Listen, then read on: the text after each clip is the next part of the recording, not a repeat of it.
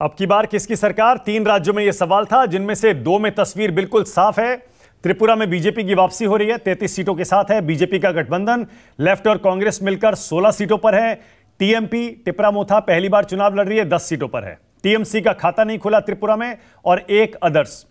यहां नागालैंड में देखिए, बीजेपी और एनडीपीपी ये गठबंधन सत्ता में वापसी कर रहा है 38 सीटों के साथ। 1 सीट पर एनपीएफ है, 5 पर एनपीपी और अदर्स 16। यानी त्रिपुरा और नागालैंड 2 राज्यों में बीजेपी गठबंधन की वापसी हो रही है सत्ता में। लेकिन मेघालय में पेच फंसा हुआ है। वहां पर बीजेपी की पूर्व सहयोगी एनपीपी 25 सीटों के साथ सबसे आगे है। बीजेपी के पास 5 सीटें हैं। अगर अभी भी ये दोनों चाहें तो फिर गठबंधन से सरकार बना सकते हैं। टीएमसी 5 पर है, कांग्रेस 5 पर है, अदर्स 19। यानी मेघालय में एग्जिट पोल सही साबित हो रहे हैं। त्रिशंकु विधानसभा के आसार हैं। लेकिन चुनाव के बाद जो नतीजे आए हैं वो इस ओर इशारा भी करते हैं कि बीजेपी एनपीपी मिलकर सरकार बना सकते हैं, क्योंकि पहले भी ये साथ में सरकार चला चुके हैं। मेरे साथ यहां स्टूडियो में अंकुश श्रीवास्तव हैं, राजनीतिक विश्लेषक हैं। मेरे साथ बीजेपी से मनोज यादव हैं, कांग्रेस की तरफ से ज्योति कुमार सिंह हैं, टीएमसी से संजय सरकार हैं। अंकुश जी, आप इसे एक कमेंट, ये 3 में से 2 में तस्वीर साफ है और तीसरे में भी लग रहा है कि बीजेपी एनपीपी की सरकार बन जाएगी। मेघालय में आपने कहा अभी कि बीजेपी की सहयोगी या बीजेपी की साथी, तो यहाँ उल्टा था। उल्टा इसलिए था कि एनपीपी की सहयोगी और बीजेपी थी, और दो सीटें थी सिर्फ उसकी। और 4 मतलब इतने साल रहने के बाद में आखिरी के वक्त में उन्होंने कहा नहीं, और आरोप लगाने राजनीति में लगाए जाते हैं, वो लगाए गए। लेकिन अंततः बीजेपी को थोड़ा सा फ़ायदा होता नज़र आ रहा है। और मेरा पक्का मानना, जैसे कि आप भी मान रहे हैं, कि बीजेपी के साथ ही एनपीपी जाएगी। उसकी वजह भी बहुत साफ है। ख़ास तौर से जब छोटे राज्य होते हैं और ख़ास जब सीमावर्ती राज्य हैं, तो वहाँ हमेशा केंद्र की ज़रूरत, केंद्र की अतिरिक्त ज़रूरत का आधार होता है।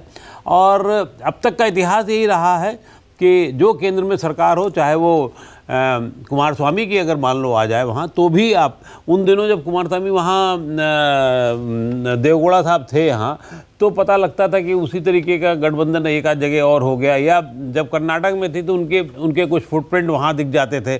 या जैसे जेडीयू की सरकार वहाँ थी बिहार में, अभी भी है वैसे तकनीकी रूप से, तो वो इनके एक आध प्रतिनिधि जेडीयू के भी मिल जाते थे।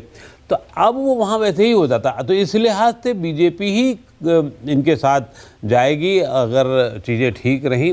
कहने को तो कुछ भी हो सकता है। ऑफ़र एनपीपी जो है वो टीएमसी का भी ले सकती है, लेकिन टीएमसी से मिलेगा क्या?